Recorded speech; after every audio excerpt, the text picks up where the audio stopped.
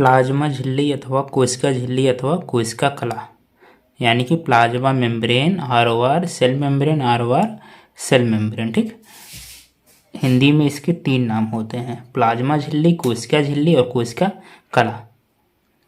सभी कोशिकाओं में जीव द्रव्य के चारों ओर एक पतली झिल्ली पाई जाती है। कोशिका में जीव द्रव्य पाया जाता है और कोशिका के चारों ओर एक पतली झिल्ली पाई जाती है, जिसे प्लाज्मा मेम्ब्रेन या फिर प्लाज्मा झिल्ली, कोशिका झिल्ली या कोशिका कला कहते हैं। ठीक, जीव द्रव्य के चारों ओर जो पतली झिल्ली पाई जाती है कोशिका के चारों ओर, उसे हम कोशिका कला या कोशिका झिल्ली कहते हैं। ठीक, यह अत्यंत पतली लचीली अर्धपारगम्य झिल्ली होती है। अर्धपारगम्य मतलब इसमें से पदार्थ आते जाते रहते हैं, हल्का हल्का पदार्थ आते जाते रहते हैं, पूरा नहीं। मतलब अर्धपारगम्य मतलब देखने में थोड़ा दिखता है।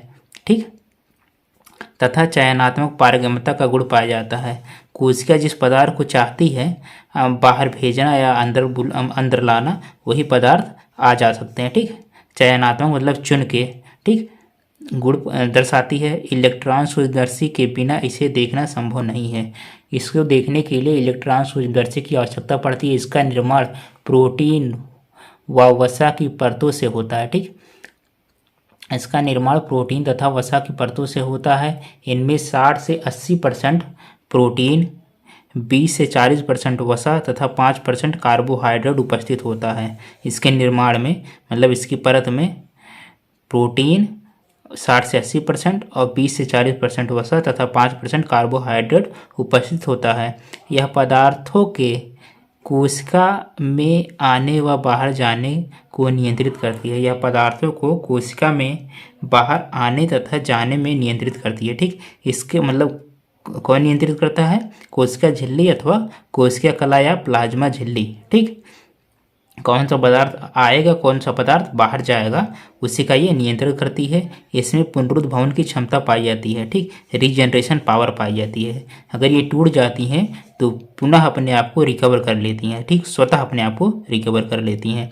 प्रायः यह 75 एंगस्ट्रॉम मोटी होती है। सन 1855 में नगेली व सिक्रेमर नामक वैज्ञानिक ने सर्वप्रथम जीवद्रव्य कला को कोशिका कला कहा। जीवद्रव्य कला को कोशिका कला कहा। पहले इसे क्या कहा जाता था? जीवद्रव्य कला। अभी भी जीवद्रव्य कला कहा जाता है। जीवद्रव्य के चारों ओर पाए जाने वाली झिल्ली को जीवद्रव्य कला कहते हैं। ठीक, और इसी को जीवद्रव्य कला को 1855 में नगेली व सिक्रेमर नामक वैज्ञानिक ने इसे कोशिका कला कहा। ठीक, एक कोशिकीय जीवों में यह झिल्ली भोजन व अन्य पदार्थों को ग्रहण करने में सहायक करती है। मतलब वह जीव जो एक कोशिका का बना होता है उसमें इसी झिल्ली के थ्रू वह भोजन को ग्रहण करती है, वह अन्य पदार्थों को ग्रहण करती है। ठीक, यह क्रिया एंडोसाइटोसिस कहलाता है। जैसे अमीबा एक कोशिकीय जीव है, उसमें इसी झिल्ली के द्वारा अमीबा भोजन व जल को ग्रहण करती है। ठीक, इसी झिल्ली के द्वारा भोजन व अन्य पदार्थों को ग्रहण करती है। ठीक, प्लाज्मा झिल्ली के कार्य। नंबर पहला, यह कोशिका को निश्चित आकार प्रदान करती है।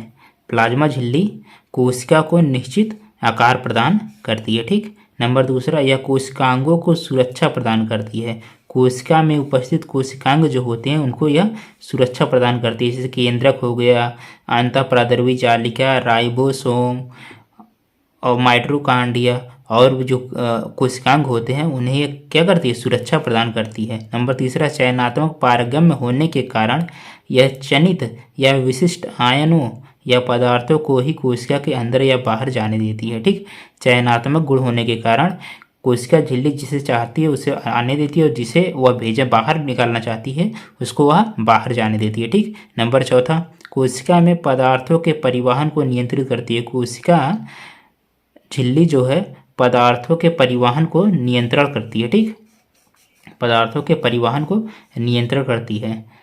मतलब जैसे ऑक्सीजन को अंदर लेना, कार्बन डाइऑक्साइड को बाहर छोड़ना, उन सब चीज़ों का ये नियंत्रण करती है कोशिका झिल्ली। प्लाज्मा झिल्ली द्वारा परिवहन। कोशिका झिल्ली, प्लाज्मा झिल्ली या कोशिका कला हम बोल रहे हैं तो कन्फ्यूज मत होना। सब चीज़ों का नाम एक ही है। ठीक है, सबका नाम एक है। वही जो कोशिका के चारों ओर एक आवरण होता है उसी को हम एक बोलते हैं कोशिका झिल्ली, प्लाज्मा झिल्ली, कोशिका कला या जीवद्रव्य कला। जीवद्रव्य कला भी उसी को कहते हैं। ठीक, प्रोटोप्लाज्म मेम्ब्रेन। ठीक, प्लाज्मा झिल्ली द्वारा कोशिका के बाहर वाले स्थान से कोशिका के अंदर पदार्थों का आवागमन कुछ प्रक्रियाओं द्वारा संभव होता है। ठीक, कोशिका झिल्ली द्वारा कोशिका के बाहर वाले स्थान से कोशिका के अंदर पदार्थों का आवागमन आना जाना कुछ प्रक्रियाओं द्वारा संभव होता है, जो निम्न प्रकार है: विसरण द्वारा और प्रसारण द्वारा। और विसरण और प्रसारण का लिंक हम डिस्क्रिप्शन बॉक्स में डाल देंगे, आप वहाँ से इस वीडियो को भी देख लीजिएगा। ठीक, थैंक यू।